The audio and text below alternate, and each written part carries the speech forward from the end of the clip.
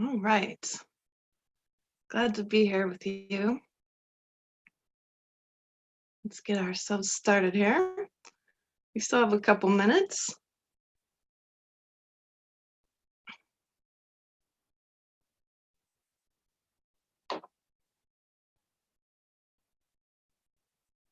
Okay.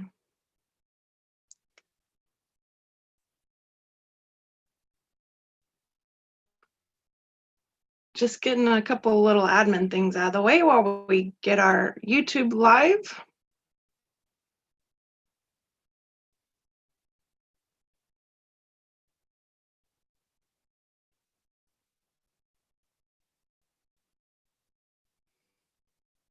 Want to make sure everybody gets to connect.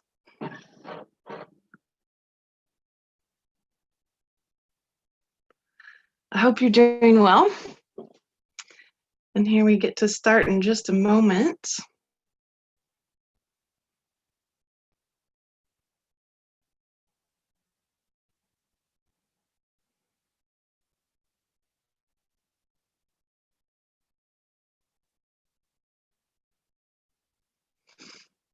We're going to be talking about some fascinating subjects today, so I'm really excited.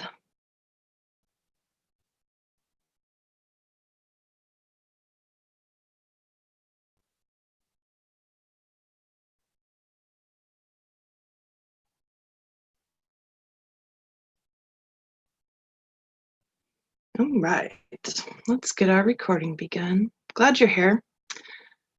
Hi, everybody. So here we are at the very end of August.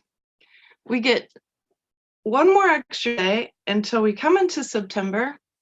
Really interesting time on the planet. And I've got some very specific subjects to talk to you about today. One of them is the Amazon, and that's very important. But I'm also wanting to talk about a mystical piece here that is very apparent to me. And we're going to also speak about communities and neighbors and what that looks like. You know, many of our neighbors might not be as awake as you are, right? So how do we manage? How do we make sure we are with our neighbors in a very sacred way, right? And that we draw out their souls. How do we deal with folks who are really dense and are not aware of the oppression they're under, right? Part of being awake is that you're aware of any level of oppression that's going on in your life. And that's very important because as we are aware of that, then we can follow many paths out of that oppression.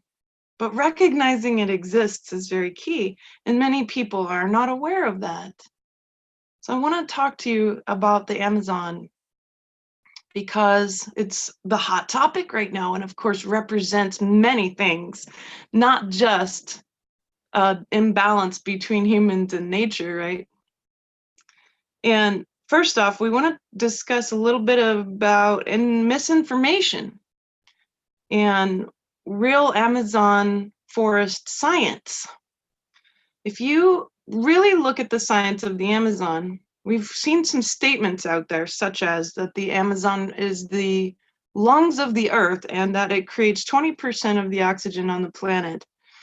And that's very misleading because the Amazon uses as much oxygen as it creates. What many people don't understand is that climate is very localized. Yes, there is a global climate, but that's not the only climate. Just like in culture, the culture is really made of the individuals, right? The individual experience, and then smaller groups, and then a little larger. There's layers to culture, and there's layers of reality on this planet too. That goes the same with climate. And this is actually going to be tied intimately into this mystical point I want to talk about layers of reality.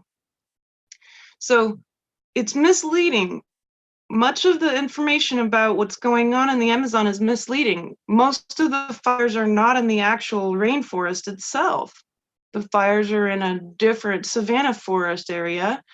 And furthermore, people coming in and saying to the farmers there that they can no longer practice what they've practiced for many thousands of years is a problem. We call that something in anthropology. We call it neocolonialism. When some developed country who has already trashed their forests, such as Europe, comes in and says to people there, you can't do this anymore, even though it's legal. There's a difference between illegal burning and legal burning. And legal burning has been an ancient technique to make sure that all of the richness of the plants go back into the soil. And then, of course, the people are able to farm and live from that food. That's a localized climate that we're talking about. The reason why there's been this massive amount of illegal burning suddenly is actually because of a backlash that's happened from people putting pressure on farmers for doing what was legal on their own land.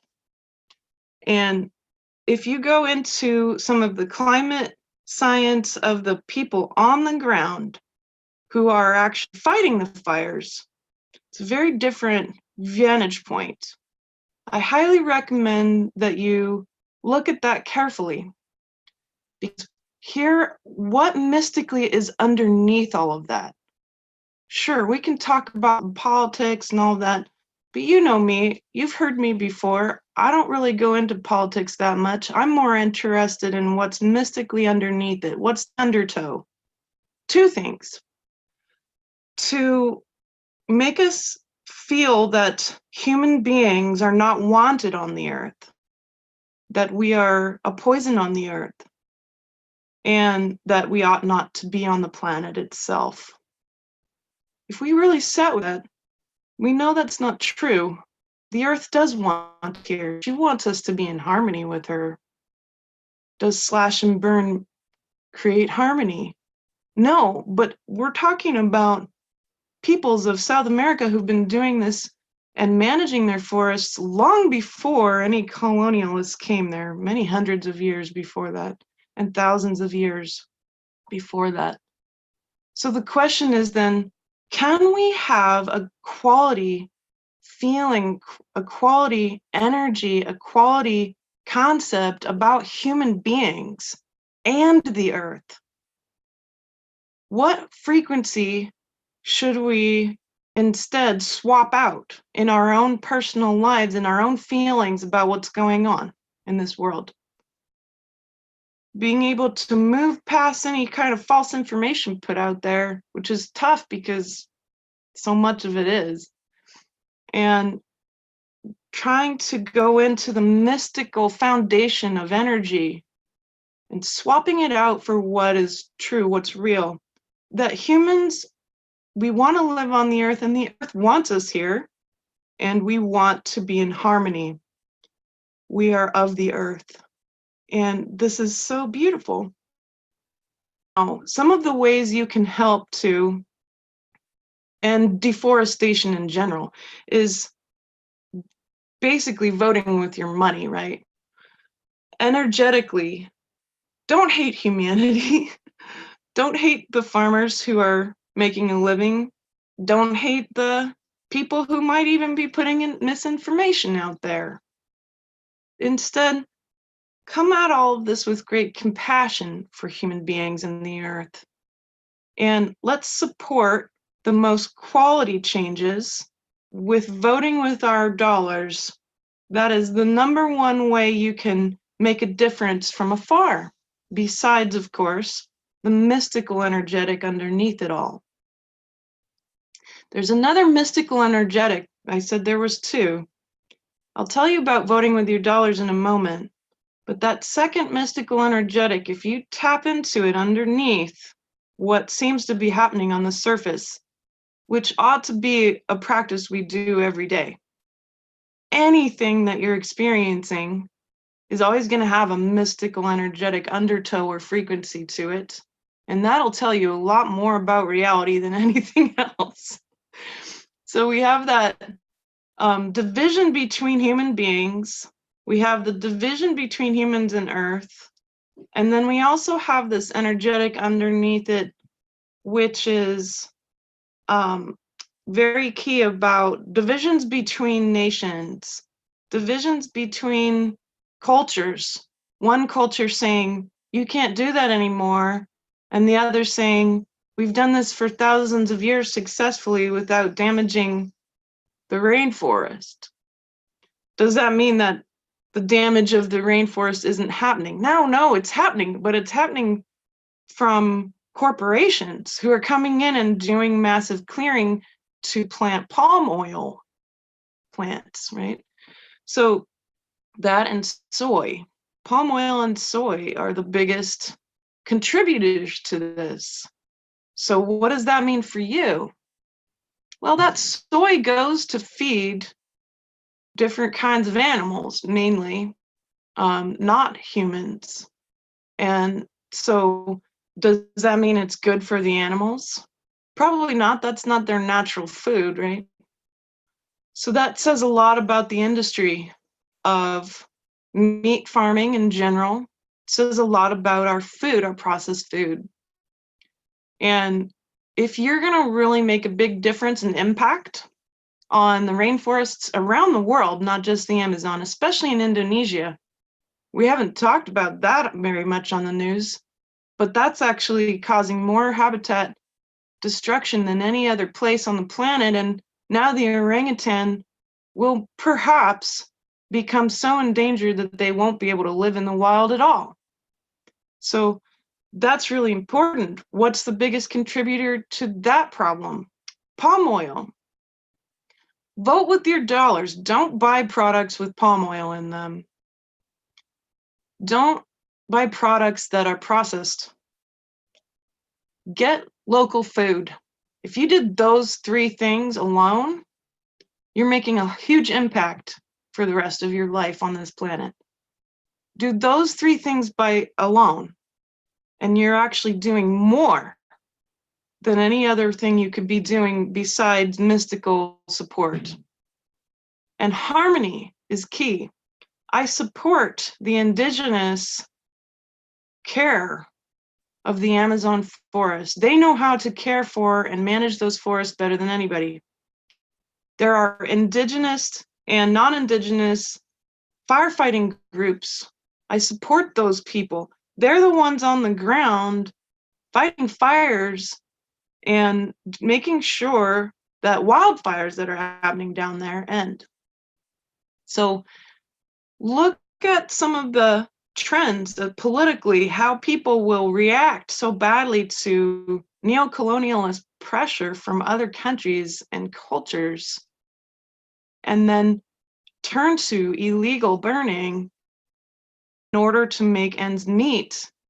That's really what has happened in the Amazon. And there's got to be a balance. We can't kick all those people out. Those are farmers who are real people. We can't dehumanize the Amazon, right? There are people in the Amazon. There are people in the savanna forests, and they've been there for thousands of years. We can't just end that. We know that the cow, for example, is not native to Brazil, but neither is the human. The cow and the human is native to Africa. That doesn't mean we're going to send all the cows back to Africa or all the people back either. So from an anthropological perspective, it's tricky not to get into political ideas, but that's not necessarily why we're here to talk about it. We're here to notice the mystical undertow of what's going on in the world. Use this as a practice to feel into it with your brain, heart, and gut, to discern the truth about what's really happening in the world, and recognize that unless you're speaking to someone who is absolutely on the ground all the time, giving you clear reports about that reality, or you yourself are there, it's almost impossible for us to get good, clear information that's true. So this is the trick here, is to be skeptical about any information that's coming out. That doesn't mean that there aren't problems. It's just that problems can be spun in just the right way to make us all panic and suddenly believe that we're not going to be able to breathe anymore. And that's kind of the energy that's been used from this whole issue with the Amazon. And so that's very key. We have a lot of different countries who have continued to develop, and they're developed already, and their forests are gone. Germany, the UK, France, they use those forests to develop, and so have the Americans. And so with that, we're trying to tell people that they can't utilize their forests to develop, and that's important. How are we going to make sure we're not in a position of putting our own ideas and cultural opinions on others? This is the key to the whole point around neighbors. Because in your own personal life, what is that going to take for us to be able to live in harmony together with the planet? Not on the planet, with the planet. How are we going to do that? This is the biggest problem we have at the moment, are very different cultures who are not aware enough of one another's true knowledge and wisdom. This is the biggest issue that we have, and it's going to show up in all of our personal lives. Because it turns out nothing is personal. That's an illusion. This is so important. This one mystical concept is going to change the face of our lives if we really recognize this. This is the second way that you can help the Amazon and all forests and the entire earth today, now, is by understanding nothing is personal. That means two things. Don't take anything personally. And furthermore, recognize that your personal experience is actually an illusion. If you're awake to that and you realize just how connected we all are, we can direct interchange to different layers of reality. That means if you want to help the planet Earth today, the inner work you're doing, I want you to visualize that inner work being directly connected to the planet, directly connected to the forests and the Amazon today. So that's the second way you can help, is by being awake enough to know that the inner work you're doing is the number one greatest thing you can do for the entire planet and all of humanity right now. To build compassion and non-judgment, to build very clear boundaries that are built with radical kindness and supreme gentleness. Those clear boundaries of energy say, I intend to radiate radical kindness and supreme gentleness, benevolence in all aspects of my life. And may all of those changes and those actions and those intentions be directly connected to this layer of reality that I care about so much. So there is no personal experience. You're intimately tied to the rest of the human race. And the fact that you're awake to that is going to help change your community. It's going to help change the world around you in ways that are real and measurable. It's very difficult for us to see change happen when we're praying for the Amazon and we're in the United States or the UK or Australia or wherever you might be. Maybe you are in South America, but you don't live in the Amazon. How are we going to be able to measure real change as we're praying for those aspects? Don't worry about that as much as worrying about what is it in yourself? What reactions, what pain points, what trigger points have happened? If the Amazon story comes up, what does it ping in you? That's the most important thing for you to consider, because emotional processing is a way of life. It's a way of life that helps you to maintain a momentum of being awake, aware, conscious, and full of more and more light. So if you're noticing with clear self-awareness the reactions in yourself to any news that comes out about anything, any information whatsoever, that's pointing to a pain point or a trauma point or egoic structure such as judgments, expectations, attachments, especially attachments to outcomes beyond ourselves, and resistance to information. Maybe at the beginning of the call when I said the Amazon uses as much oxygen as it creates, it's a localized climate, that might have pinged something in you. Notice that. That's really important, because likely is that whatever hit within you, it's hitting other people too. If you're going to clear it within yourself and you welcome it, I welcome this discomfort over this information. I welcome this pain that I have about the loss of life in the forests.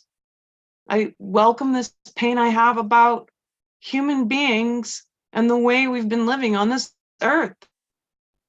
As you're welcoming it, you're moving through it and processing through it, right?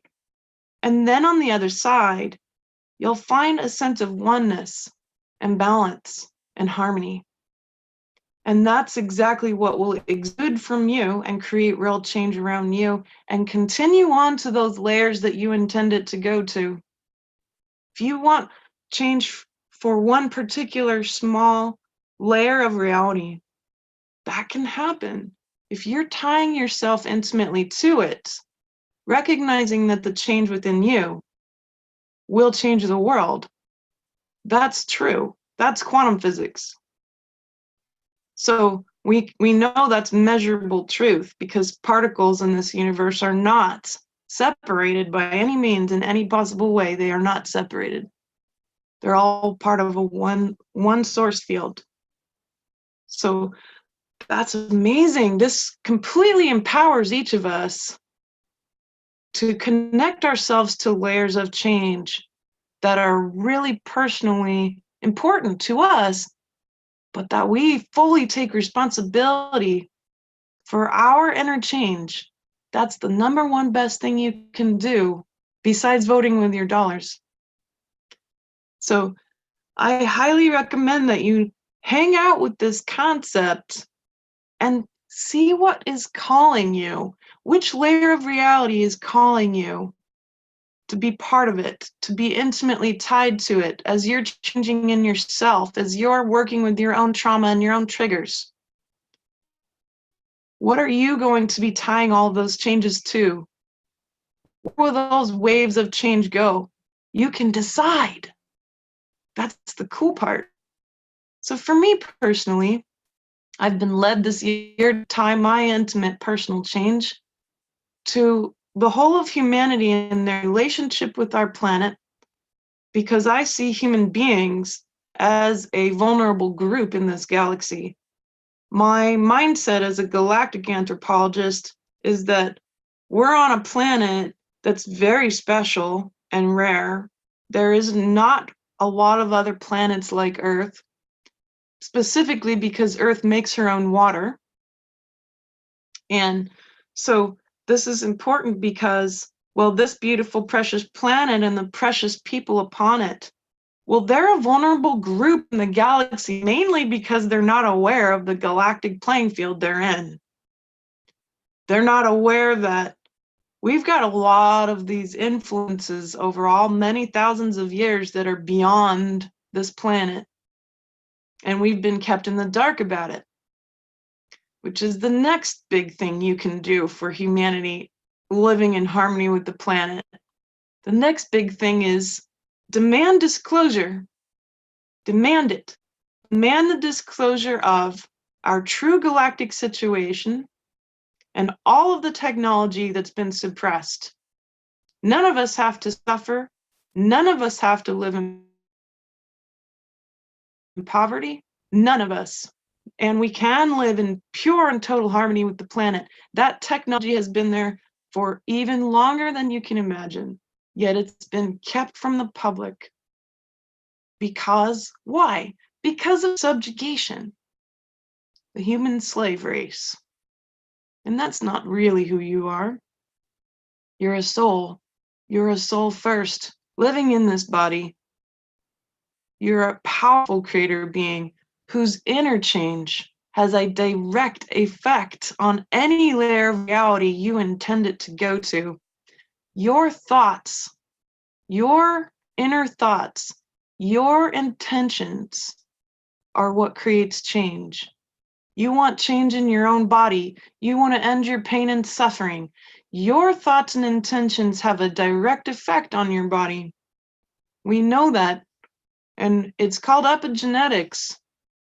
Your situation in your life becoming less stressful, more supportive through interchange, through emotional processing, has a direct effect on how long you're going to be able to live. Don't consider the easy way out. Activations and upgrades and all of these things, I don't necessarily see the scientific proof for those things really working. What really works, epigenetically, science-wise, for DNA change, has been and always will be your inner work. We know that for sure. That is, if you create a lifestyle of light, if you're connecting to nature, if you're ending your continued connection to this oppressive slavery and these systems, by voting with your money, by doing emotional processing, by meditating, then you're going to actually live longer, because those telomeres that protect your chromosomes will get longer. And those telomeres determine whether you age and have disease or not. And there are ways to make sure your telomeres remain longer. Now, does that mean that you can undo genetic mutations or not? Yeah, definitely you can. And that's the cool part about epigenetics, is that we're starting to discover exactly how much control we have. There are some of the top things that really do affect the body. Light wavelengths, actual real light wavelengths, right? Frequency, meditating, incredibly good clean diet that's mainly vegetable based. And I'm a meat eater. I believe that all things are made of light and we're omnivores. But do I go and eat meat that's been farmed and the animals have suffered? No, I don't. I do not. And by doing so and being very careful about the kinds of things I'm consuming mentally, emotionally, visually, spiritually, then I can continue to live a lifestyle of light that will elongate my life so that my interchange can continue to create change in the world. That's the job. We're here to bring all that light from all those dimensions which do exist, which we have full access to, which have never gone away. They have always been here, through into our physical forms, into this 3D experience, so that we can create true and actual change in reality with our intents and, of course, our interchange. No real change can happen in this world, in your cultures, in your societies, on the whole planet, without the interchange happening first. Culture change starts with you as an individual. I think at some point we're all going to have to get really real about needing to have representation at a global level. And I'm not talking about a one world government. I'm talking about representation, because we want to have a seat at the Galactic Federation. We deserve to have a seat. but we're not going to have one until the whole planet and the whole species are aware of our situation. And that's been suppressed. Disclosure's happening fast. I'm really glad for it. I've been waiting my whole life for this. I've been waiting for all of that to be public. And it's started to happen for some time. It's just gaining momentum now. All the systems are collapsing. The end of the control of all this precious information is here. I mean, that's the beautiful thing, is some of the nation states in the world are starting to realize they're not going to be able to hide this stuff, and then they're going to be in big trouble when it all comes out about what's really been going on. And for example, Ecuador is the first nation to have publicly released all of their military UFO information. And they publicly released it. Why? Well, because those particular people recognize that hiding that information will do no one good. And in the end, we're all going to have to get really clear about where we're at galactically. And that's going to be very interesting. It'll be scary for some people, but if you're processing your own fear within you, you're going to radiate that compassion and that love and that gentleness, that kindness. And we can be friends with all of these beings if we want to. Remember, I always like to tell people, my friends, that the golden age is, we've got a lot of work to get there. All these systems are going to have to crumble, and they are. If you're watching carefully of the financial system, that's a good example of what's going on the surface. But again, use that trick. Go underneath it mystically. What do you feel mystically underneath it? I feel the earth. She's causing these changes in all of these things. She's wanting disclosure. She wants human beings on the earth living in harmony with her and with each other. That's what she always wanted. And that's so beautiful. Her inner change is causing change in us. So the crumbling systems and the big changes that are happening around us, we've been preparing for this. You've heard me talk for over 2 years, perhaps, if you've been listening to me that long, about being prepared for deep, great recessions and depressions, about buying gold and silver, and about making sure to connect with your neighbors and your local communities and farmers so that starvation or shelves being empty in a grocery store for however long time isn't going to make a dent in your life, right? Because you'll have this connective community support. We've been purposefully unhinged from all of that. We've been plugged in to screens instead of our communities. And that's been, I feel, a very purposeful brainwashing. The TV is the greatest brainwashing tool on the whole planet. And one of the things in your body that doesn't regenerate are the lenses of your eyes. And they're made of mostly water, which has memory. Imagine all the memory your lenses of your eyes have. A lot better memory, perhaps, than your mind. What kinds of effects does that have on our minds if we're choosing to plug ourselves in and detach from the inner work? What changes does that have on our societies? Well, I'd like to say that those changes are apparent. Obesity, illness, cancer, and all of these things are an outcome. And that's important. How are we going to undo the equation that created that outcome? It starts with us. It starts with us dealing with all that trauma we've had first. All of us have a lot of trauma. And that's very key.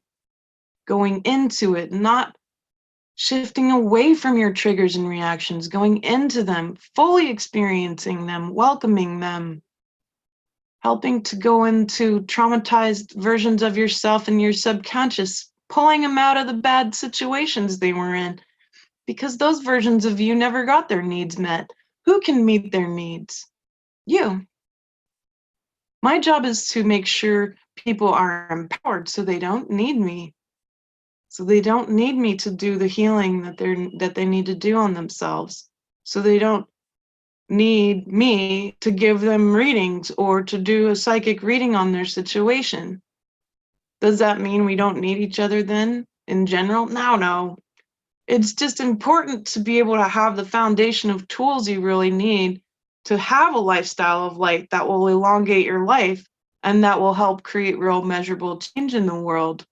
It's a great motivator. Hey, if I live long enough and I keep working on myself, I'm going to actually help change the world more. What a wonderful motivator to live longer and be healthy, especially emotionally, spiritually healthy, right? So that's really key. I want to point out some things that have been coming up for people over this past month. As you know, I do lots of sessions with people. I get a pretty good pulse on what's going on around the world. And I keep up to date on all the levels of reality, including the quantum levels. What's the newest stuff going on there? What's going on scientifically in anthropology or in biology? What's going on at the galactic level? My interest is making sure to have a good, clear picture of all of those things without judgment. That's my job. And so as I sit with that, there's some great news coming up. We have advanced much of our science at an exponential level, and it will continue. And you're going to watch that advancement sort of separate into two different camps. There's going to be the advancement of the science that is going to technologically help us, much of which has existed but has been percolating out already into disclosure. And so it might even look like, oh, this is new, but actually it's probably not. Some of it, like computing, quantum computing, is fairly new. But a lot of it's been around for a long time. It's just been suppressed. So the fact that we're seeing a lot of it coming out very publicly is wonderful news. And then there's this other camp of science, which is kind of, well, let's do it because we can, which is a terrible reason to do it. Right? So the genetic modification going on the planet's very concerning to me. Human genes being spliced with certain breeds of monkeys to create brand new species that have never existed before, that are half human and half monkey, or half pig and half human. We've heard stories about that before in ancient times. What happened to those people? Galactically, they were taken out. They were taken out because they created things that were suffering. Those beings are conscious and they suffer.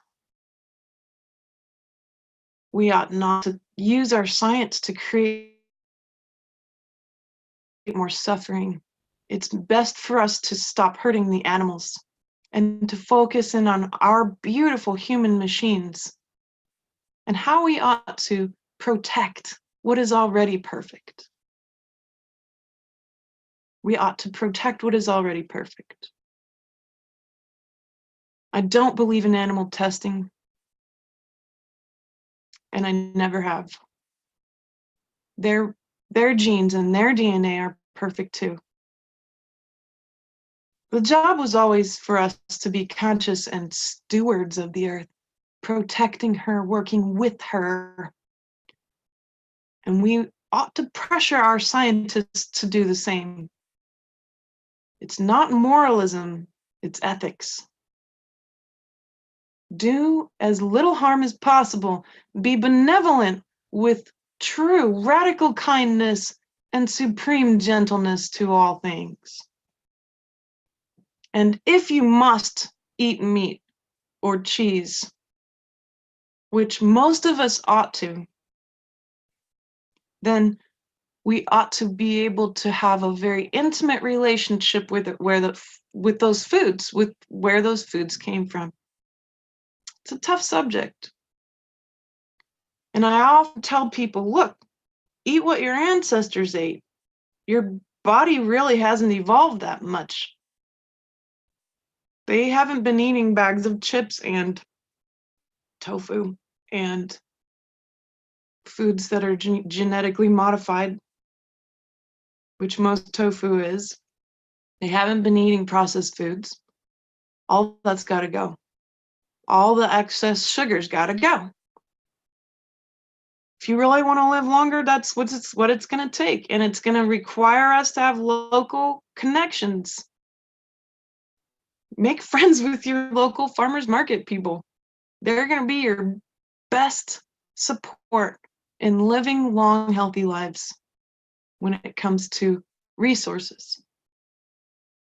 So none of these subjects are easy at all. And I'm always very loath to go into politics whatsoever, because most of it's an illusion. Instead, I encourage you to be the mystics you are and to go underneath all of it, to find the frequencies underneath, because what you'll find there is the truth. And how do you know that? Well, first, of course, we'll use our minds for logic. We'll use our minds for the pros, cons, transactions, and logic and reason we need. And then our heart. We're going to ask our heart, what is true? And we present different pieces of information to the heart. Your heart will contract or open and let you know what is true, and then present that same information to your gut. Because the bacteria of your body are very smart, and they've been here trying to help us live in harmony on the earth the whole time. That's why at our gut feeling, it doesn't feel good to consume processed food, or it doesn't feel good to consume false information or partial information, right? Because our gut's going to react. And those of us who are feeling addicted to processed foods, part of that's because then your gut biome's been usurped by yeast, and yeast has only one thing in mind: more sugar. And then if you switch that out, if you beat the yeast and then don't feed it sugar for a very long time, and then you build up your gut biome with lots of fiber and lots of fermented foods, then you'll find your intuition from your gut mind will get very strong. And that intuition is going to tell you about living in harmony with the planet. That's the job of all the bacteria in your body, who pretty much run your whole body. We know that now. The gut bacteria speaks, the brain mind will respond.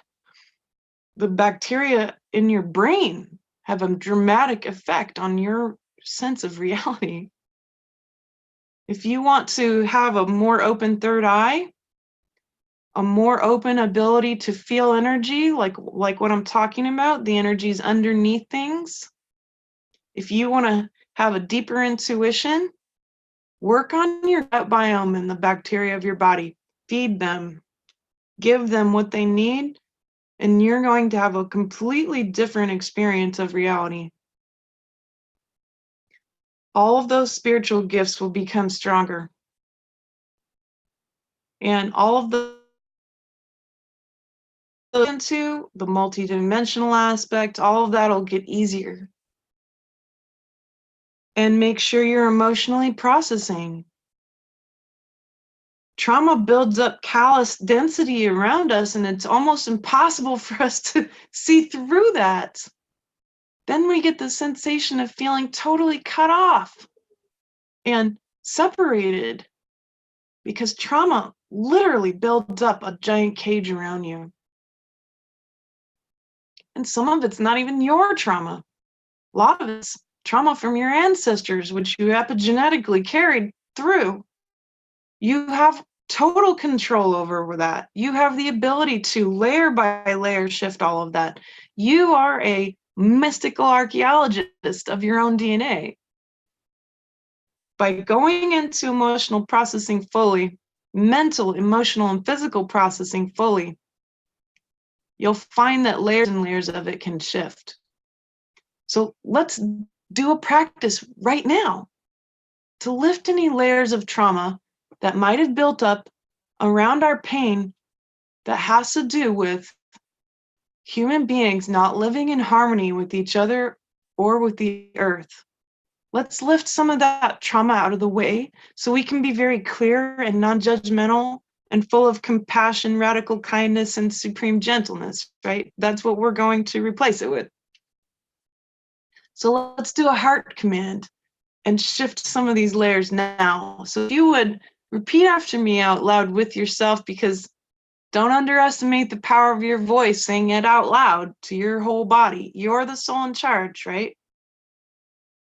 So we'll say, dear heart, please lift any layers of trauma that have built up around the lack of harmony between humans and the earth, and between humans and any other galactic friends or not friends that we might have in the universe. Please shift any dense or dark energy, any negative programs that are related to our ancestors' pain around these same subjects out of my whole body and field now. And then take a big deep breath.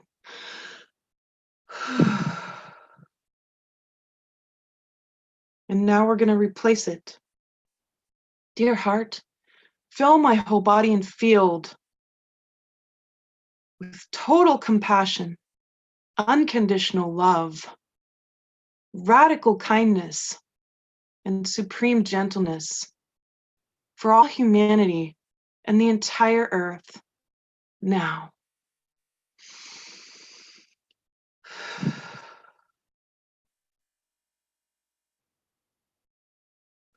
I think this is a good practice for us for the rest of the weekend, is to hone in on any of those layers of trauma that have built up in our system with this pain that we've had, being subjugated, being divided, and being told that we're not worth anything, that the human race is a disease. That's damaging stuff. And furthermore, the awful cultural damage that's occurred, that's magnified the really screwed up relationship we've had with our own planet, making it much worse, disconnecting us from the planet, plugging ourselves into screens so we're not actually enjoying the wisdom and the beauty and the changes occurring in nature. And so get back on the earth, get barefoot on the earth. Spend time watching nature TV. I literally call it that because my kids, we live kind of out in the woods. We're very lucky. Let's go watch nature TV, I'll say.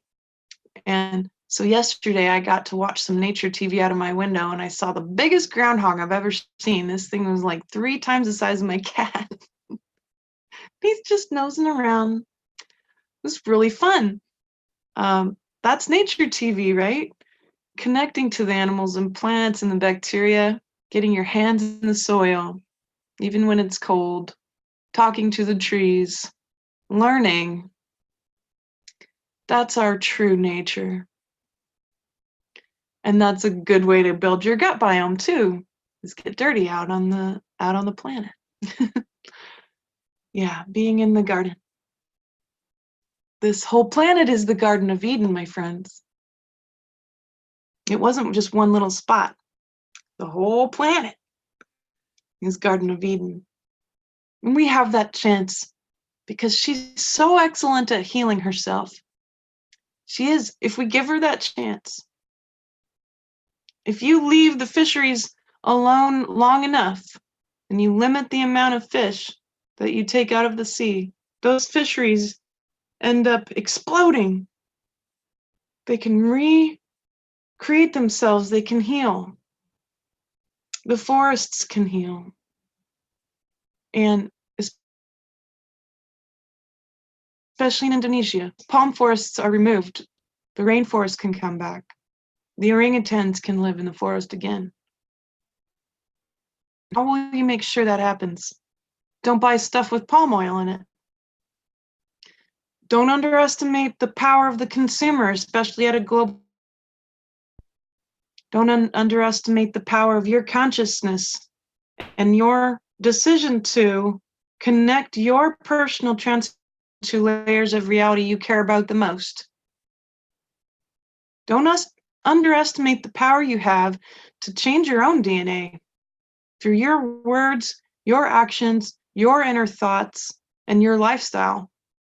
That's the number one ways you change DNA. And so I want to give you that support too, that extra support. If you need some extra support, my friend Meg and I are actually doing a 7-week-long support process. We're at a whole immersion, 7 weeks, 8 calls, and we're going to train you. If you're a practitioner, we're going to train you to involve this into your deep practice so that you can teach your clients and have a whole nother up level. Remember, I said that emotional processing is one of the most important ways you can live a lifestyle of light. And if you're wanting to teach other people to do that, that's very, very powerful. That's some serious measurable change right there. If you need it yourself, and then also want to share it when you feel like you've nailed it, 7 weeks is a really good period of time you can do that. If you're interested in that and that feels right for you right now and you're feeling a heart resonance with that possibility, just pop over to seerandscientist.com and you'll see either at the very top or if you scroll down a little bit, heal the world and heal yourself. Because when you heal yourself, my friends, you're healing the world, right? Nothing's personal. No experience is personal. Where are you going to direct that change? Where are you going to direct your experiences? Those are waves of energy. Where are they going to go? You choose. You get to choose. That's the cool part about being a creator. A beautiful soul who's literally imagining yourself into reality all the time, observing yourself into reality. I was explaining quantum entanglement and the power of observation to my husband a little bit. This is quantum physics and how it affects the human reality. That's quantum anthropology. And so I was saying, you know, the cool part about quantum entanglement is that, for example, and this sounds wild, but this is what's happening. Because I'm not observing my cat right now, then my cat exists in all possible places that he could possibly be. He exists in all those places until I observe him, and then suddenly his position is revealed. Well, with that observation, then my cat suddenly exists in the position he's in. But before I've observed him, he gets to exist all places. But what about human consciousness and self-consciousness? Well, the fact that you're aware that you're alive and in this body, you're observing yourself into reality all the time. How cool is that? So if you're observing yourself into reality all the time, and you put your attention on something you care about, like the Amazon forest, or the Indonesian rainforest, or the native peoples, or the peoples in the city who are not awake, or the peoples who are taking information and spinning it. What about them? They need our support too, because, well, inner change, if we were going to change our judgment of people like that, then we can allow that inner change to create change that directly affects them by putting our attention on them. If I want to see change in the awakened level of city dwellers, for example, or just human beings in one portion of the world, or the entire human race,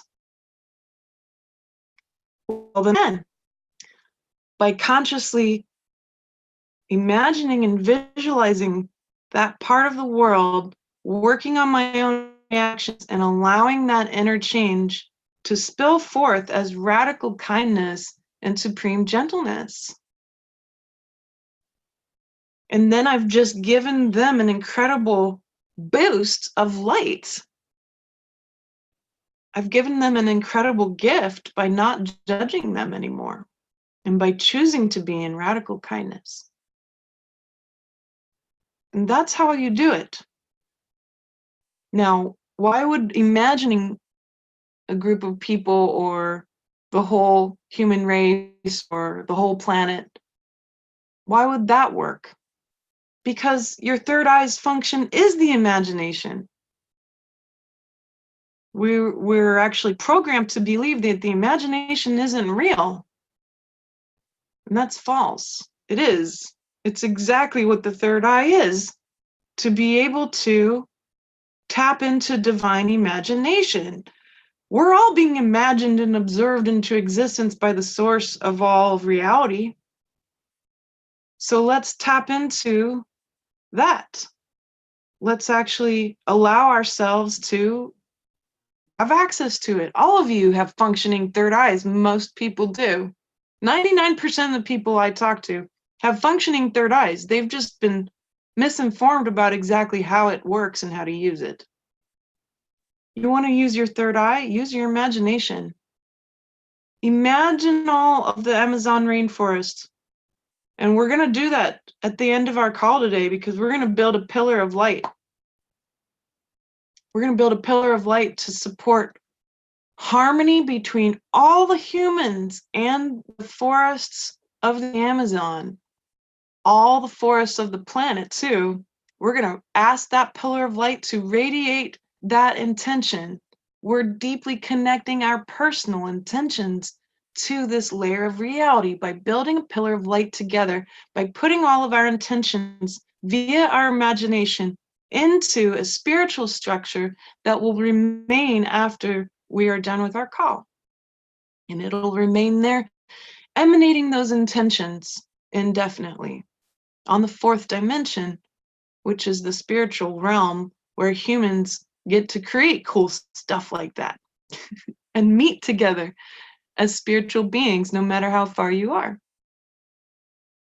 So that's something we'll get to do. It's another thing that all of you can do. You want to continue to help the forests and the earth, build pillars of light for those places you care about, and the people that you care about, and the animals that you care about. And of course, all of them deserve that, right? So I'm going to look at our chat here and see what has come up for you. And I'm just going to read some of the things that people have posted. Very glad to see people from around the world. Makes me incredibly excited. And Suzanne said, excellent heart command around trauma and the lack of harmony between humans and Earth and our galactic families and ancestors. A beautiful healing heart command to fill this with the love, compassion, and unity. I agree with what you're sharing now about this. Connect deeply to Mother Gaia, walk barefoot, be in the garden, talk to the trees and the animals. Yeah, best TV ever, nature TV. And Suzanne says, our buying power can help change the planet. I highly recommend the immersion and certification Supreme Gentleness, Healing Yourself and the Planet Together with Elizabeth and Meg to everyone. Thank you so much, Suzanne. I really appreciate that. It's very, very sweet and kind for you to have mentioned that. Angela says, I wanted to share the Global Biodiversity Process.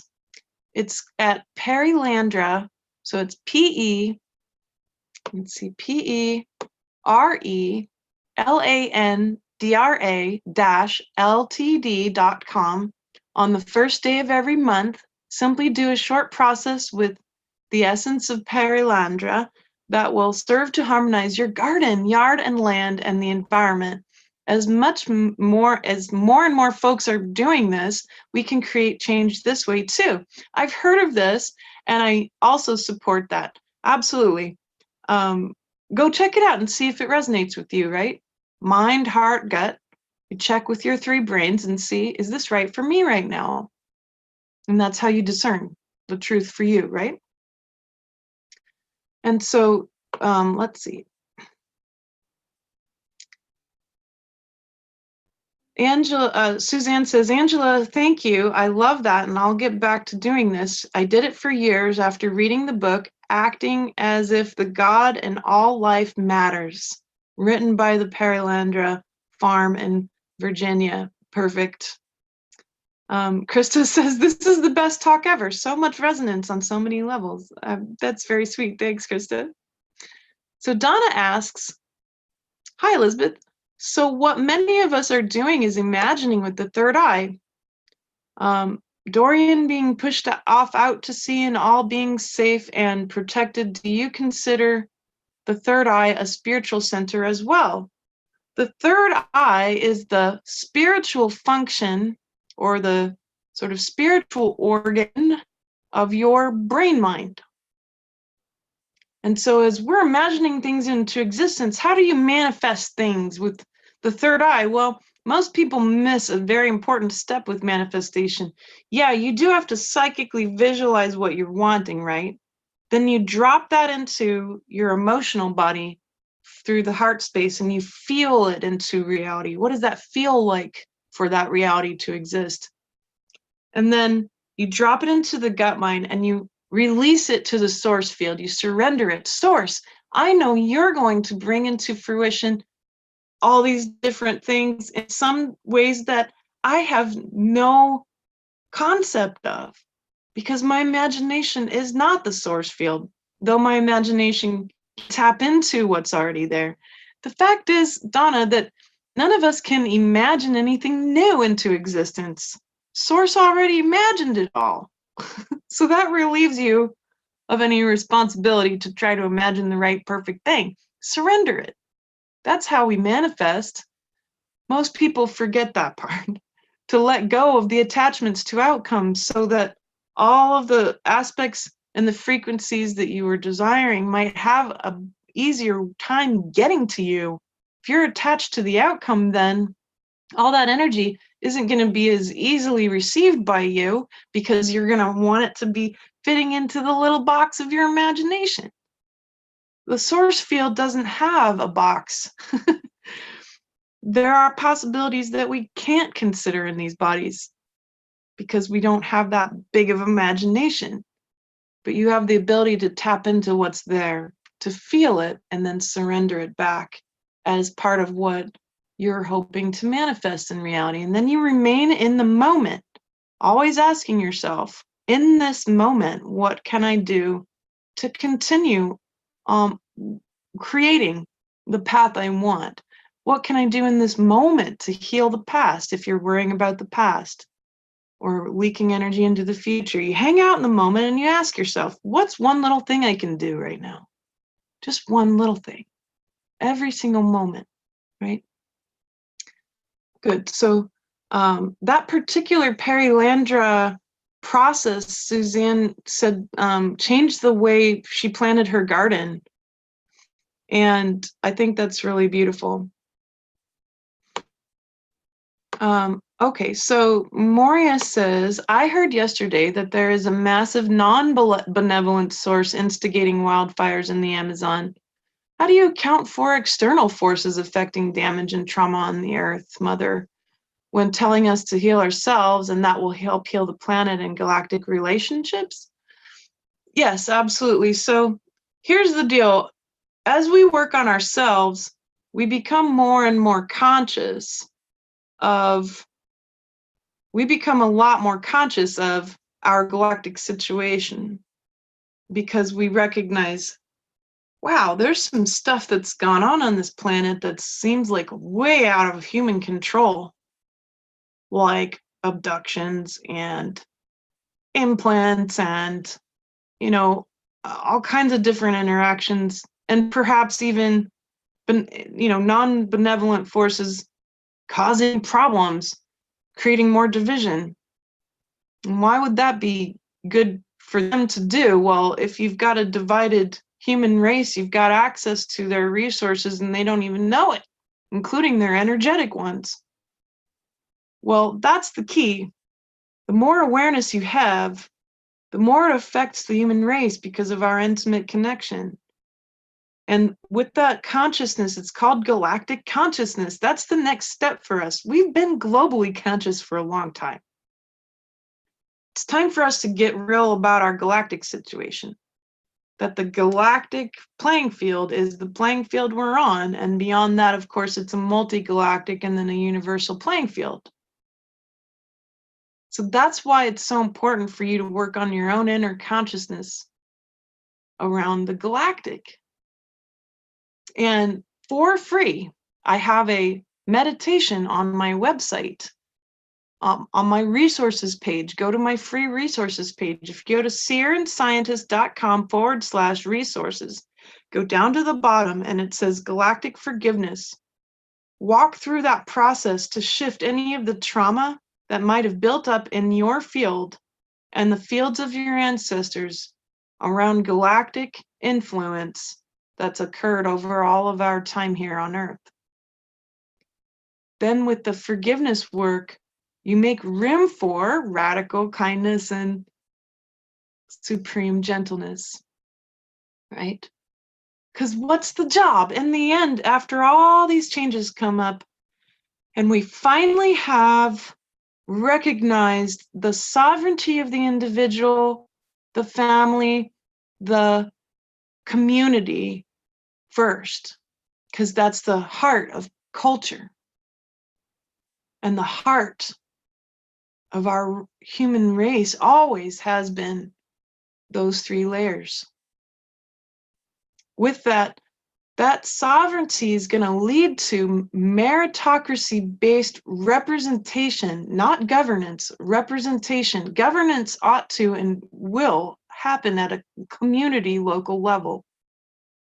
But those who have great merit and who can easily represent the needs and desires without pay of their community will come into a meritocracy. I'm literally talking about a whole nother way of living here. It's called a meritocracy. No one really talks about this because no one's even heard of it most of the time. But those representatives, for certain periods of time, then can continue to represent the needs and opinions of their communities. And then a representative, then of course that big conglomerate of communities, then that person can temporarily go be a representative as well at another council that might represent, for example, an entire state, and then the national level, and then of course the continental level, and then the global.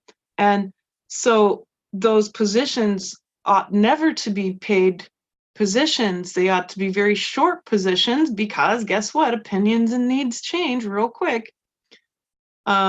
Furthermore, those people will only be gaining those positions because the community has asked them to, because of their merit in being trustworthy, in being good, hard workers for their community, their families, and themselves, right? So then you pick the best representative of your community, and maybe it's you. And they're gonna go and with trustworthy intent, present the needs and opinions of your community.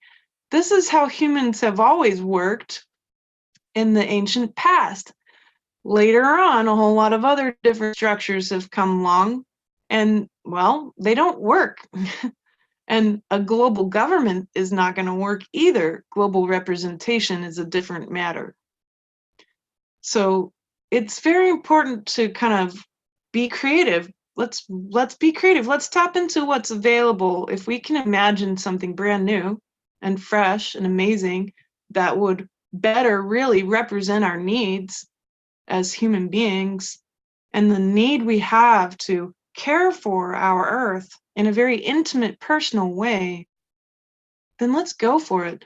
And there's no perfect, exact way to do this stuff. That's the cool part, is that change is inevitable, right?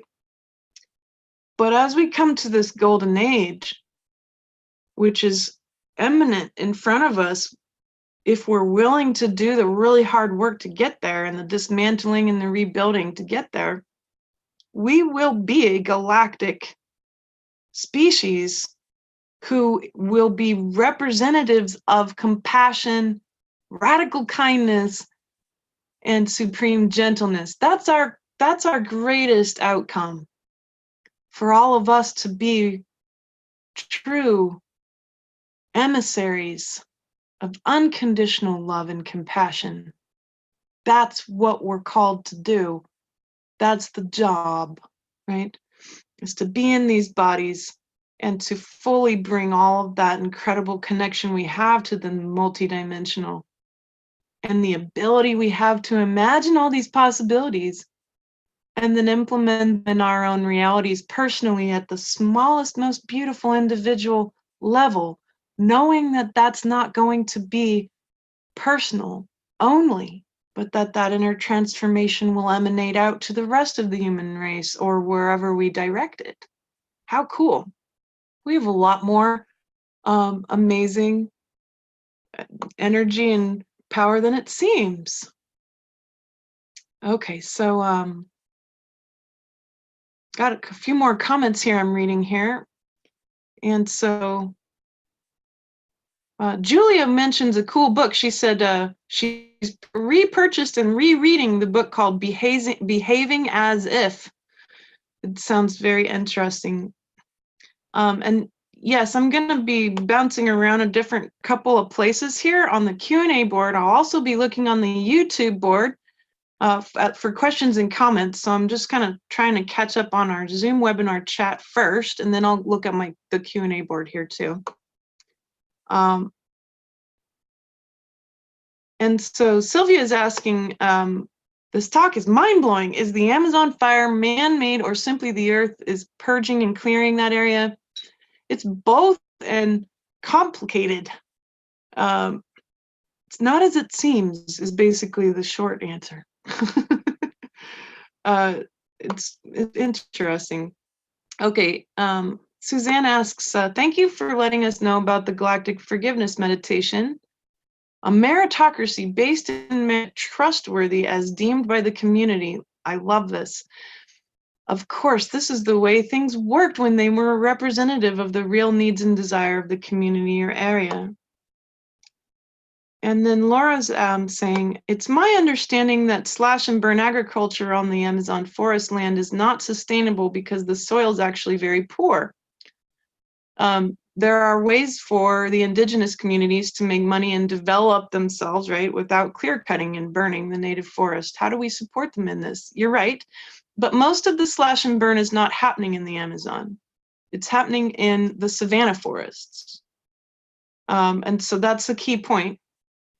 And the forest fires that are going on in the Amazon, many of them are natural, but we can support the native and local communities who are fighting those fires.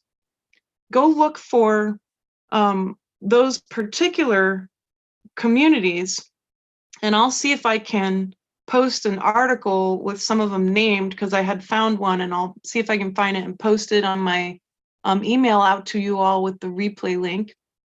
But there's really specific groups who are actually fighting those fires, and also really specific groups who are out there helping to support the native development and protection of the forests. And absolutely, we can be giving them money. Remember, voting with your dollars also means charitable, right? Making sure you're sending your money to charitable organizations or organizations that are doing things that are really important, like fighting those fires in the Amazon. Very good. And yes, you're right. The slash and burn of the Amazon is useless. That soil really isn't rich, because the Amazon's a closed system and it's making oxygen and using it. It uses 100% of the oxygen it makes. And so by ending that system, well, then we end carbon sequestration, which is the biggest issue that we're looking at here with the burning of any sort of wood, really, right? And then there's another book that Julia's mentioning, God and All Things Matter, by Michelle Small.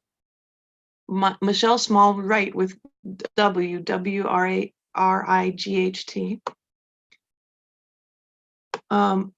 Okay, and so I think, yeah, the awareness of this fire is going to make us aware of all of our other forests, like in Indonesia, which is very important, and all the forests in the world. But remember, we have to be very careful about not being neo-colonialists, right? And putting our cultural idea over something that we might not understand on the ground. So that's that meritocracy-based piece, right? Who are the people on the ground who can give us clear, real-time info? What are the needs of the people in the local environment?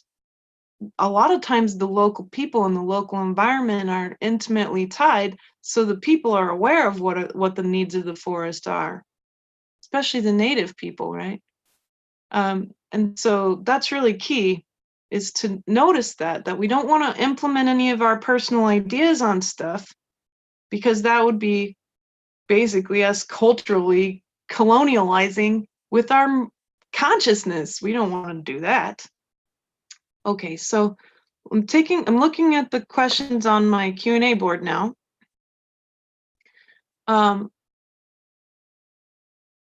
Okay, so Kathleen's asking, can you provide some links about eye lenses so I can learn more about how they use the same cells for a lifetime? If they don't renew themselves, how do they get refreshed? Industry recommends lens replacement. I feel that plastic lenses would be intrusive and disruptive to physiobiological dynamics. Yeah, that's tricky. Let's see. I'm trying to think of some things I've looked at about regenerating, and it's actually the biggest stuff I've read has to do with bee venom eye drops that actually get a good portion of the eye to regenerate. Now, if the lens is so damaged it can't be used, you can still see quite well without your lens. In fact, most people don't know that Monet had to have one of the lenses of his eyes removed, which allowed him to see ultraviolet light. So if you watch some of his paintings, all the lilies will look kind of pinkish, and then after his lens was removed, he painted them the way he saw them, with a lot more blue, because he could see ultraviolet light at that point. So it's interesting how that might affect our reality. I don't know exactly what a plastic lens might do to somebody. It makes sense, though, that, yeah, there's spiritual and physiobiological processes that we're just starting to understand. It's interesting, Kathleen, because I used to work for an eye doctor for almost 3 years, and I would always go grab his book about like eye diseases and like go read it during lunch, because I'm like that. But I learned a lot about the eye and about some of the myths out there about the eyes, but I also learned about what we don't know, which is probably more important. What we don't know about the eye. The fact is that I think we're apt to dismiss really ancient knowledge about the eye, and one of the most ancient traditions that has great dramatic effects and changes upon the eyes successfully has been Ayurveda. So there's panchakarma for the eyes, and then of course modern natural medicine has been showing the benefits of bee venom eye drops. So just go look up those two things, and then you'll have access to everything I already know at the moment, which is obviously limited around the eyes. So Panchakarma for the eyes and bee venom eye drops. Those ought to be useful to you. What if you can hear your cat, but you can't see him? Remember the quantum physics piece? Well, if you can hear him, then you're conscious of him, right? And then you have some kind of attention on him. So then he exists where you're hearing him. It's all about attention and consciousness, or observation. And you can audio observe just as well as you can smell observe, right? And visually observe. And of course, superconscious observe as well. Lots of ways to observe. All right, so let's see. Miriam has an interesting question. Can you share about our need to be needed as entanglement? Well, let's separate entanglement as in codependency versus quantum physics entanglement. Quantum physics entanglement has to do with how particles are related in reality. And codependence entanglement is a whole nother talk, Miriam. And so you're right, actually. Codependence entanglement, which is an emotional issue, is often going to be caused by that need to be needed, right? That's literally what we call codependence in a relationship, right? But when you've surrendered your need to be needed to source, and you feel needed only by source working through you to learn through you as a soul, Miriam, then in that moment of awareness and consciousness of that, you're freeing yourself of codependent emotional entanglement. There is no reason to unentangle ourselves at the particle quantum physics level, because it's just about physics. That's not codependent. So two different topics, but also very valuable to define them, right? Because certain words might be used in similar ways, but in different situations on different topics, just like that. And so I think the name might be Jamin. Sorry if I'm pronouncing it wrong. Do you know any safe places to get monomatic gold to heal the telomeres on our chromosomes? I actually prefer consuming colloidal gold. And my favorite place to get it, and why would you want to do that? Why would you want to consume colloidal gold? Colloidal gold protects your DNA and helps those telomeres. It's also a great pain reliever, especially if you have arthritis, an ancient remedy for arthritis, right?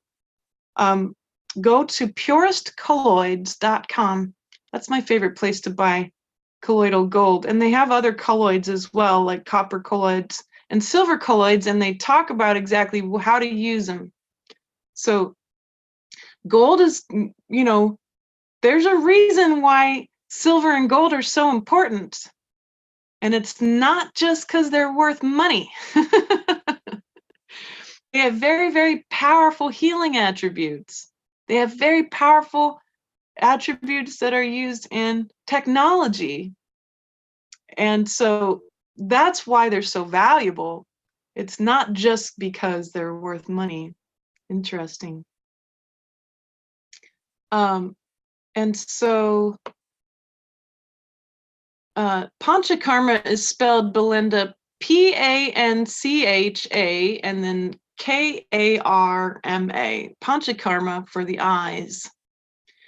And so macular degeneration, is one of those big problems, right? So that's very important.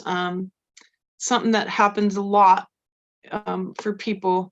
And I think that it's a problem, because if you go to an eye doctor and they basically say, we can't help you because you have macular degeneration and there's nothing we can do about it. Well, that's just simply ignoring the fact that the body can regenerate. So they're saying the macula cannot regenerate, literally. or that it's actually doing the opposite, it's degenerating. Is that true? Well, mentally we're being told it, right? And then if we're looking at also this other information that the body can regenerate actually, well, that causes a little bit of dissonance. So don't just use your mind to make that decision. Go down into the heart. Ask your heart, ask your gut. How do they feel about this information? What do they have to share? What is true? Can you heal macular degeneration? I'm not going to answer the question for you because I want to empower you to feel through the heart and gut for yourself if that's true. Discernment is so important. It's the one way you can navigate this reality. Discerning with your mind, heart, and gut, not just your mind. The mind doesn't do a perfect job of it, but your whole body's literally built to discern. So tap into that power and believe that you can discern the truth for yourself, right? Yes, and hey, I think regeneration of the body is so beautiful. We can build more brain cells. We can regenerate our bodies. We can help support our heart. The 3 parts of the bodies that don't regenerate, this is what we're told, or if they do, it's incredibly slow. The neurons of the brain that are already there, the lenses of the eyes, and the heart. We know that scientifically. And you're right. If there's frequency out there, and if you are consciously making sure negative programs around healing are not running your life, and if you're working with light, and I mean beautiful quality wavelengths of light, like far infrared light, we know for sure helps the body regenerate. So for those of you who are wanting to regenerate, in far infrared, not infrared, far infrared light helps the body regenerate really quickly. So yes, I believe human beings can live very, very long lives, and that part of the technology that will be disclosed is exactly how to do that. And we'll end these very short lives that ought to be perhaps 10 times longer, like many of our very ancient ancestors lived. So yeah, eliminating those negative programs is key. Do you believe that you can heal or not? And why? Why might you have those beliefs? I'll teach you the trick. How do you erase negative programs? You bow to the program and you say, thanks for trying to help me, even if it's crazy mean or something like that. The program is just being run by your brain because your brain thinks it's helping, that's all. So we say, thank you so much for trying to help me. I require you to shut down now. I am the soul in charge and I have a different plan. My plan is to fully harness the ability of my body to regenerate. And then you move forward. So erasing negative programs about this reality is so important. It keeps us real dense in our brain minds so we can't imagine the possibilities that are available, right? And we don't have to wait for them to disclose. Everybody's right. You don't have to wait. It's there already. Dr. Royal Rife, R-I-F-E, he showed us in science at the turn of the century that frequency can heal the body and disease. Just frequency alone. And same with all these new scientists coming out. Dr. Alex Wunsch, something like that, from Germany. He's a scientist who's shown exactly how light frequencies, which are wavelengths, right? Light is particles and wavelengths depending on if you're observing it. And those light wavelengths can have a dramatic effect on the body and regenerating the body. And his work is quite impressive. And so Let's take a look and see if anyone's made some comments on YouTube here. Oh, yes. So Kathleen was saying, I've been meaning to ask where I could find the Galactic Forgiveness process again. Yeah, very glad to make sure that you have access to all that free info. I've got a lot of stuff on my resources page that's all free. So hop on there and grab as much as you can. I also have some pieces up there about, I believe it's still up there because some of the links got broken, but about rife frequencies and how you can actually play with them now. You don't have to wait.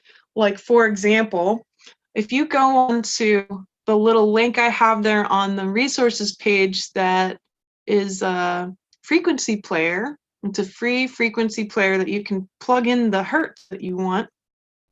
You can play the sound of 369 or 432 or some of these other sacred numbers such as 888. That's a good one. That's the dolphin frequency.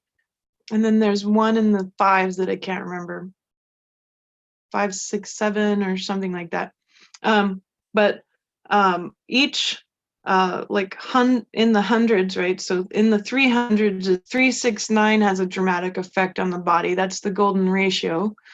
432 is the frequency of the earth and regeneration and healing. And then there's a bunch more down the line, and you can look up like what are the most powerful hertz frequencies for healing. Well, there's lots of people have info about that out there. And you can just listen to that in the background, or you can play it with headphones. You can take those headphones and maybe your knee hurts. Play 432 to your knee and see what happens. Experiment. You're all spiritual scientists. Experiment. See what you can do in your own life and get measurable results, and then share, because your experience is not anecdotal. If it's the greatest pet peeve I have with science is that they say, well, individual experience doesn't mean anything. I just psychically said a cuss word. Anecdotal is just like the word conspiracy. It's been used purposefully to shut down your voice and your personal experience. Let's reclaim it. Let's reclaim our personal experiences. Because remember, nothing's personal. So if we reclaim our experience as valuable, as a valuable part of how the source field is being informed, how the human race is being informed, we're intimately connected. We're all very capable of being telepathic and psychic and empathic and intuitive with divine seeing, divine feeling, divine knowing. That's our spiritual gifts. That's our inheritance. And by reclaiming our personal experience of it, we help inform our communities and our friends and our loved ones and help awaken the planet a lot more. Your personal experience is so important. So important. How do you think experiments are really run?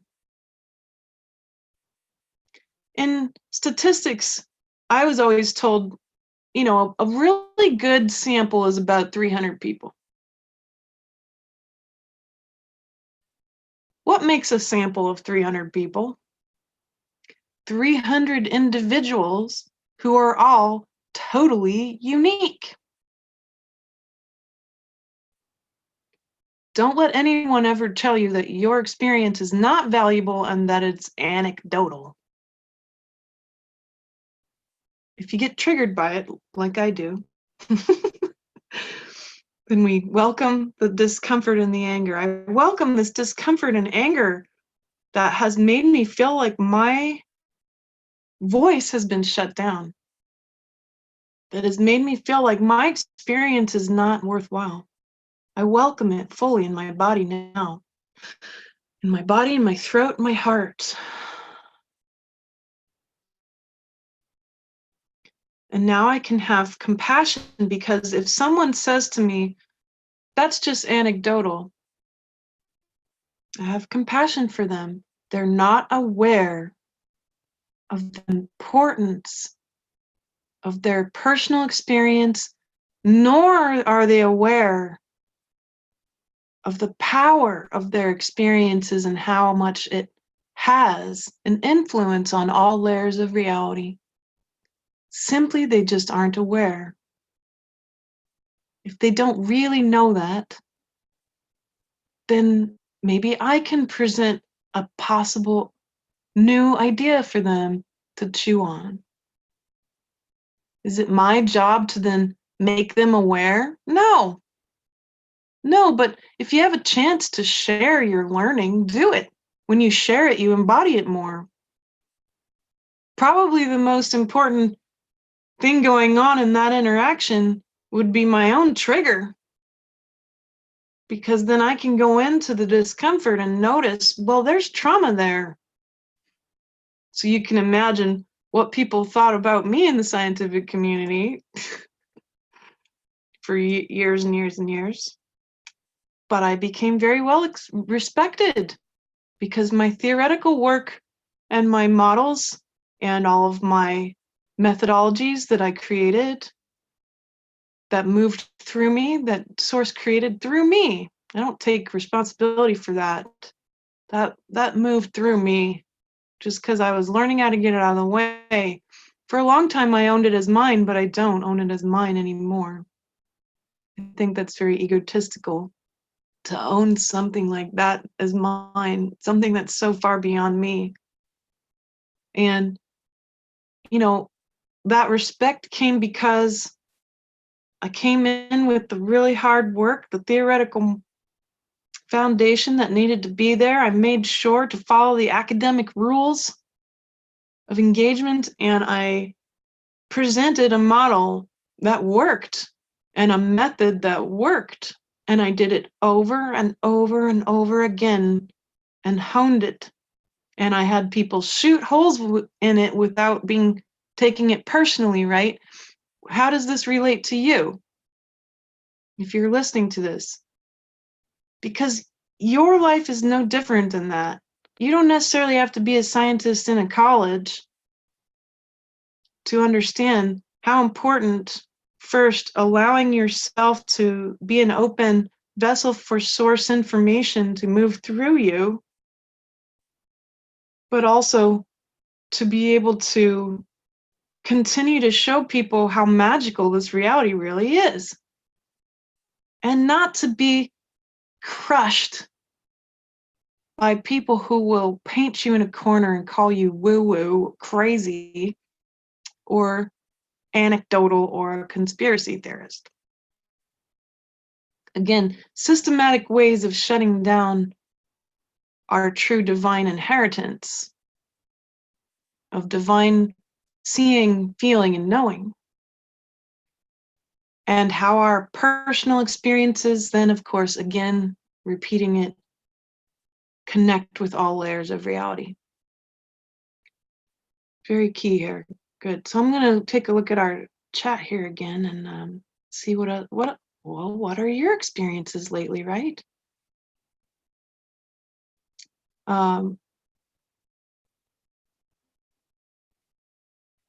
Okay, so Suzanne is asking, the Arcturians also heal with frequency? Yes, they do. They're masters of cymatics, right? How frequency creates form, which tells us a lot about how when someone is ill, then that means really at the quantum level, their frequencies are off, right? Because then the form looks like illness. And that's kind of like cancer. Cancer is cells who are afraid to die. The fear of death is a frequency. And that's exactly what then looks like cancer. And so we can to ourselves of the body, we can use our hands, we can use, of course, precious stones and natural plants and the frequencies of life and nature. All right, so Lynn asks about the frequency or vibration of guided meditations. Can I more easily meditate to one guided meditation rather than another? Well, definitely. So, Lynn, if you're finding that one is really helping you go into a state of stillness, you'll use that for however long that's working, and then maybe you might grow out of it, and then you'll need to find something else, or finding sounds or frequencies that help you to go into meditation. My preference is to not necessarily focus on audio, but focus with my actual eyeballs and do gazing. So Tratrika, which is gazing meditation on the Sri Yantra, has been proven to immediately set your brain into very high wavelengths that we want, like gamma and alpha wavelengths. So if you want something real quick that you don't have to do for a very long time, do gazing meditation on the Sri Yantra and see if that works for you, Lynn. But yeah, certain meditations are going to work better for you versus others, and then other people is going to be different. It's just a personal experience, right? That then is going to be tied to how you're linked to all these other frequencies around you, or how you're linked to that reality in the moment. So moment by moment, our bodies are constantly changing all the time. By the end of the day, you're not the same person. Physically, mentally, emotionally, and spiritually, you're not. 24 hours can do a whole lot to you. Yes, good. So Milena is coming in. She says, I want to refer to what Elizabeth said about the ability to heal everything in our body, including repairing genetic damages. Absolutely. My spine got aligned big time without any physical therapy, just by my own energy work and meditation. My nasal septum was severely bent to the left and then has realigned itself. I'm middle-aged, and over the last 2 years, I got a lot of gray hair. Well, over the last 1.5 months, my streaks of gray hair got dark again. It's just a side effect of the whole body healing and rejuvenating. I did not work on the issue. It just had an outcome of that. So any of you who might be ill, keep believing. Everything is possible when you use your powerful intentions combined with the right healing meditations and frequencies.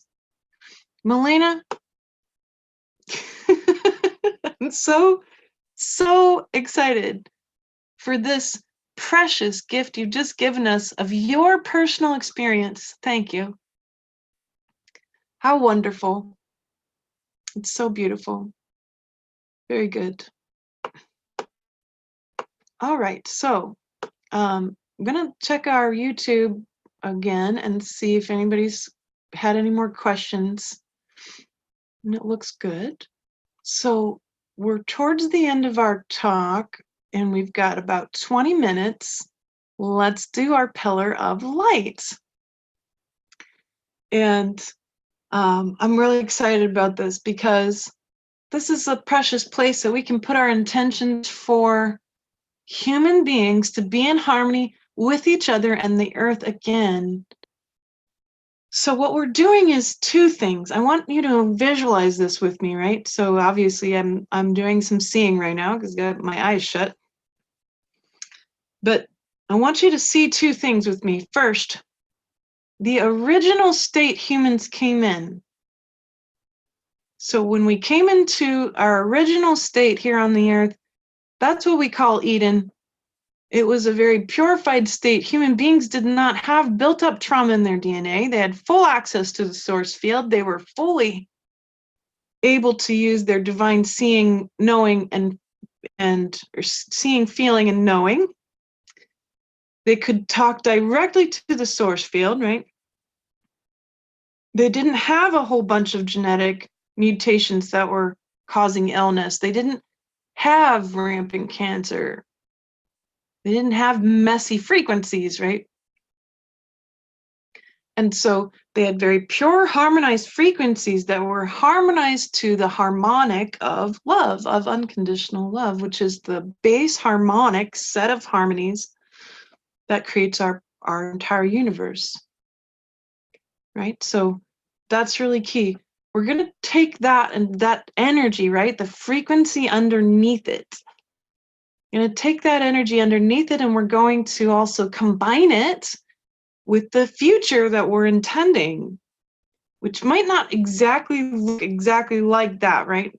But we have it written in our DNA memory about what that was like. All of the memory of all the ancestors are there in your DNA, including that. So they're at the very echelon edges of your DNA memory is that, and we're just tapping into the frequency, okay? That's all. So that frequency, when I look at it, it's got a couple of different qualities because I see frequency as color. I'm synesthetic, so that's how Source connects with me and shows me things more clearly, is because then if I say, oh, I'm seeing frequency, that's what I really mean. I can see sound, I can hear color, or when I'm looking at frequency, that's how I'll see it. Not everybody's synesthetic. It's just one of the ways my brain's wired to help out everybody else. So I see a very pure white light, and I see a silver light and a very deep, deep blue light. That deep blue light is that deep connection to the soul of the earth. The soul of the earth is a real physical structure. It's called ringwoodite. And it's under the mantle of the planet, and it's so huge that it holds, ringwoodite is a rock that holds water. And this rock is this beautiful indigo blue color. And literally, go look it up. Ringwoodite. Ringwoodite, I-T-E. And this blue color, that's the soul of the earth. That rock holds 3 times as much water as is on the surface of the planet. And remember about water, many scientists have proven that water has memory. So the intelligence of the soul of the earth is a real, actual, measurable thing. It's a structure. Her soul, I see that deep connection in the human, the original entry of our souls here on this planet. And so for our future selves, that position we had at the beginning, we had a connection to one another and the planet that we're wanting to regain, but we're going to add in another frequency into our intent. And that extra frequency that I am hoping to add in is a sort of a braided frequency. It's, of course, unconditional love, radical kindness, supreme gentleness, compassion. But it's also our rightful place through merit, through trustworthiness, by proving that we can be a peaceful race. And remember, there's only one race, the human race. By proving through our merit that we can be what we are really here to be so fully, by gaining then our place at the galactic table as sovereign beings, not slaves. That's the big additional intent that I want to add in from the past. And then, of course, the intent for the future. We're going to combine all of these frequencies into our pillar of light. We want to have a place at the galactic table. We ought to have a place at the galactic table consciously, so that we can be emissaries of peace and compassion and unconditional love throughout the whole universe. That's what we're capable of. That's the golden age. That's the new earth. So that's really key. And I want to read some of these comments before we build our pillar here. People are mentioning that they've been doing so much healing.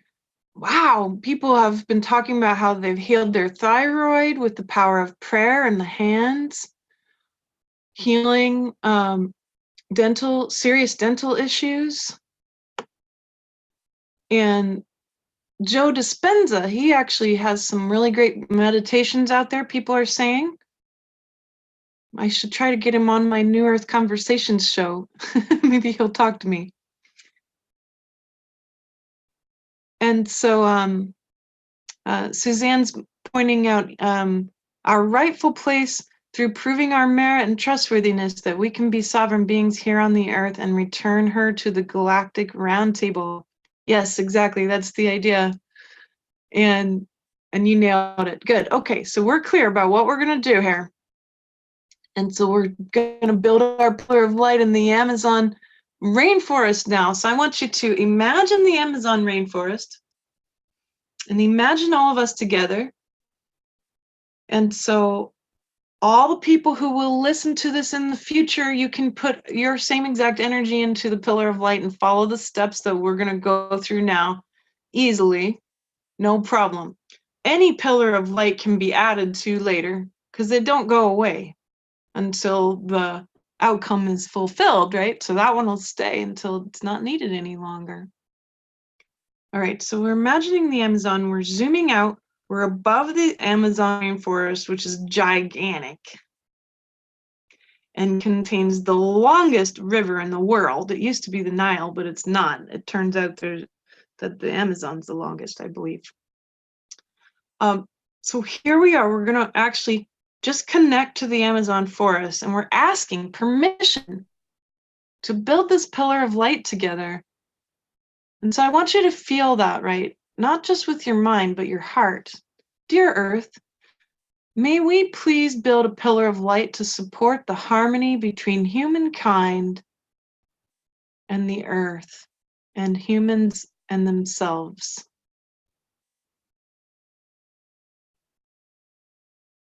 And I get this big open energy here. It almost feels like a plane of light opens up. So that's a yes to me. If it feels open or warm or expansive, that's how you'll know the heart's saying yes, or it'll contract if it says no. So that's what I'm perceiving and feeling. And now let's come into the gut. Dear gut, I ask you to connect to all the bacteria of the planet, and especially the Amazon rainforest right now. Is it okay for us to build this pillar of light to help heal the harmony between humankind, themselves, and the earth? And again, all the any blockades or constriction drops away, and I feel an openness in the gut, a big expansive energy. So discerning through permission, I can psychically see it, I can feel it, and I know it in my gut.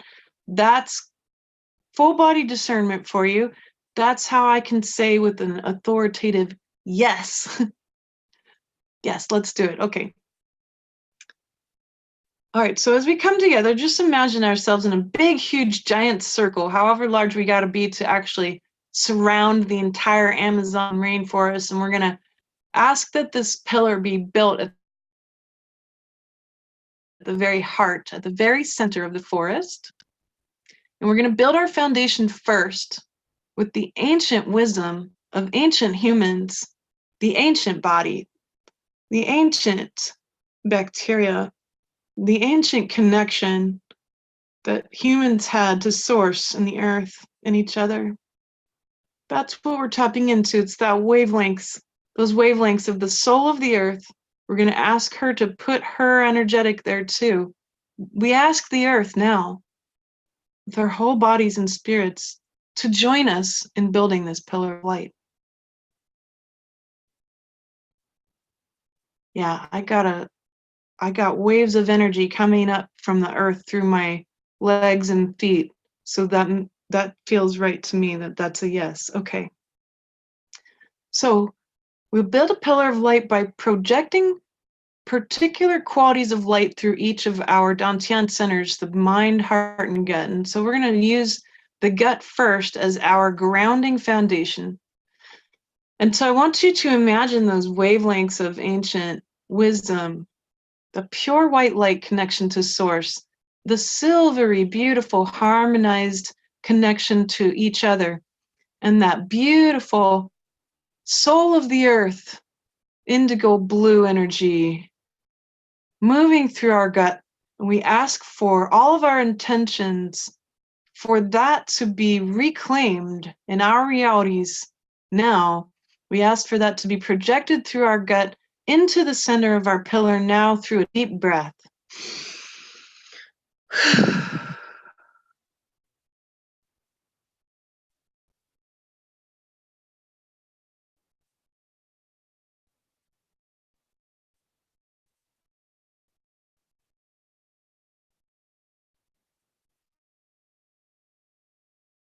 Wow, okay, awesome. So I see the earth added in beautiful gold light. That was a gift from her. She took that gold energy from the actual gold of the planet and placed it as like this lovely container for our foundation. What a wonderful gift. And inside the container of the foundation, I see the colors of the frequencies we were talking about, the silver, the white, and the blue, and they're all merged together in almost like a pool of beautiful energy. Every pillar is different, so I try to describe what I see the best I can. This is very large, y'all. This is huge. And that's why it took a minute for it to actually show up in my consciousness, because the foundation is completely surrounding the entire rainforest. That's how big it is. Many, many thousands and thousands of miles across. Hey, good job. Okay. All right. So now we come from the heart. This is where you can include your personal intentions for the human race and the planet and our harmony together. And so through a statement, we will ask, my personal intention through my personal change and transformation, I intend for all that personal energy to be intimately connected to the triangulation of humanity, each other, and the earth. Humanity, connections, community at all levels, and then the planet itself. I intend for all my personal transformation to have a direct connection to those three pieces of my reality, of all of our reality. I also intend from my heart the energetics of unconditional love, compassion, radical kindness, supreme gentleness to emanate through me into the center of our pillar of light, and all my intentions for animals, plants, healing, regeneration, long life, joy, the end of poverty, the end of separation, the end of fear and xenophobia, the end of subjugation, and any other intentions that are being asked to move through us. We ask all of that to come into the center of our pillar of light through a deep breath now.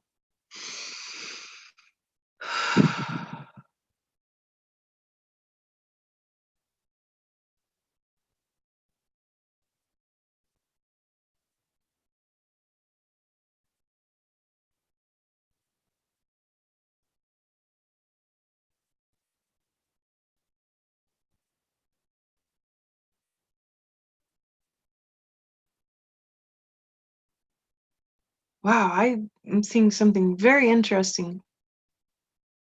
I forgot to mention that when we did the foundation, I actually heard a very particular wavelength of sound that kind of hit me here in the jaw. And then for this one, the wavelength of sound hit me about here. So it's quite a lot higher. And then what I see in the center now is like this blueprint for New Earth. Oh, cool.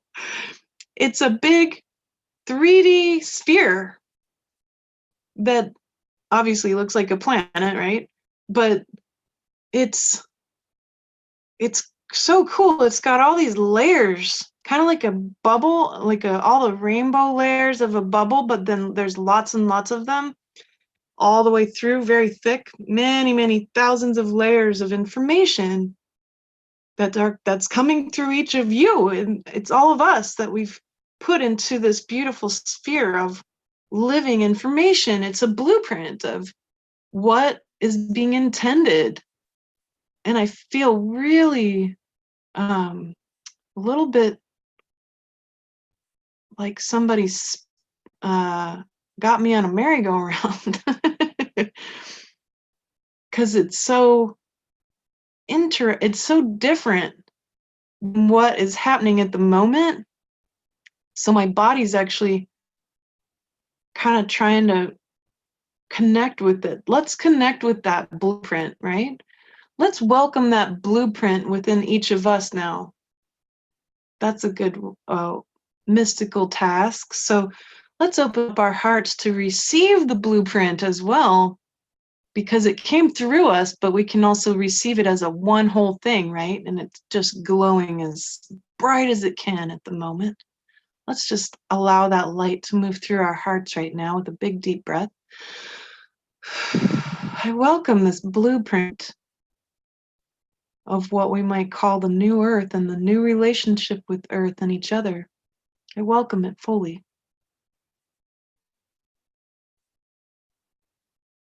Yeah, that frequency is real high. It's hitting me right here. Good. Okay. All right, let's go to the very top where we're going to project from the third eye. We're going to project a vision of that beautiful gateway of new earth, wide open. The gateway of the golden age, wide open. Yes, we've got lots of work to do. We've got quite the journey to get to that gate, but it's there. And let's acknowledge it. Let's ask for it to top our beautiful pillar of light as a future that we intend. So we're using the past, present, and the future of the most pure, highest frequencies of light that we're weaving into an actual spiritual structure that can emanate in intention indefinitely. Let's intend for that future as emissaries of unconditional love, compassion, radical kindness, and supreme gentleness. And with that vision, let us emanate that, let us project that through our third eyes together now to the top of our pillar of light with a deep breath.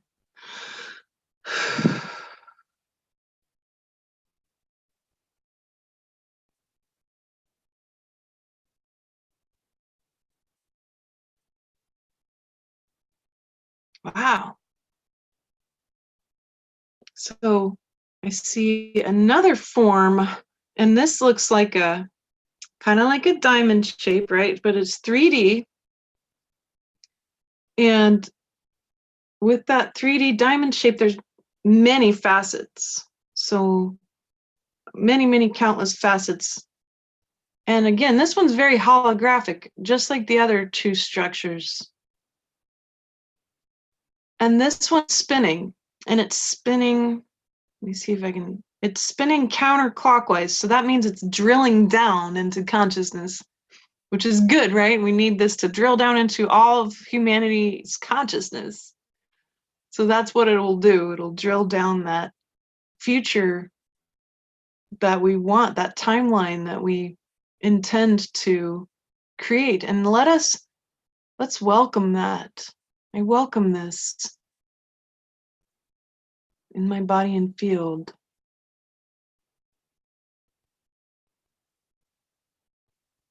Good. And now, let's surrender it. Manifestation requires surrender every time. We imagined it into existence. We could feel it through our hearts, and now we surrender it. So we ask to surrender what we have created fully from ourselves and disconnect ourselves physically and energetically from the structure so it can exist beyond us and our will. We disconnect ourselves from our third eye, from our hearts, our guts, and our whole body and field now. And we surrender this pillar of light and all of its intentions and all of its past, present, and future concepts, outcomes, hopes, dreams, and desires fully to Source. Source, you take this. You take this and you allow the magic, the beauty of all of these things we've intended to move through every possible timeline, to move through every possible wavelength, even the ones we can't imagine. We trust, we surrender.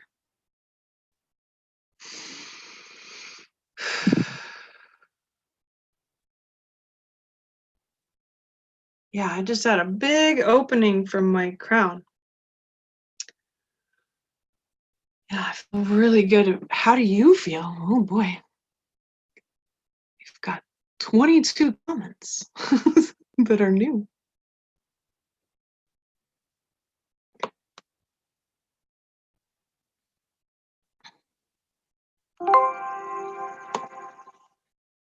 Yes, so looks like a lot of really beautiful pieces have come through around how you've been feeling. And thank you, Suzanne. I do appreciate you recapping, especially for those who might not hear very well, right? They might be able to read the chat better. It's perfectly fine. Yeah, I think everyone's been feeling this opening happen. Wow, me too. Wow.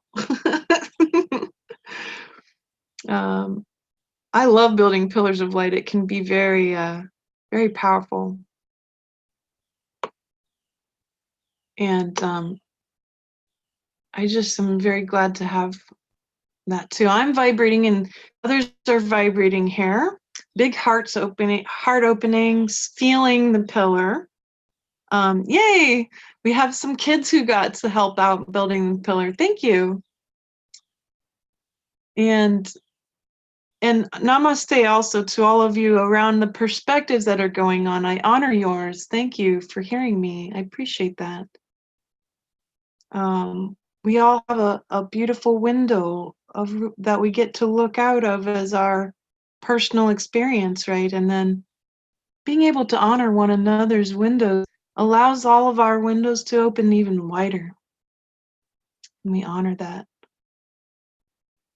And so let me check, make sure everybody's okay on our YouTube as well. And so it doesn't, Maria's asking, what if you're seeing different colors and such? It doesn't matter. It's whatever your beautiful spirit needs to see at that moment is the most important, right? And so we just hang out with that and just love that as it is. So you might have seen totally different stuff than me, and that's not wrong at all. That's a vantage point, which is precious. So I think that's really special. Yeah, very good. All right, my friends, it's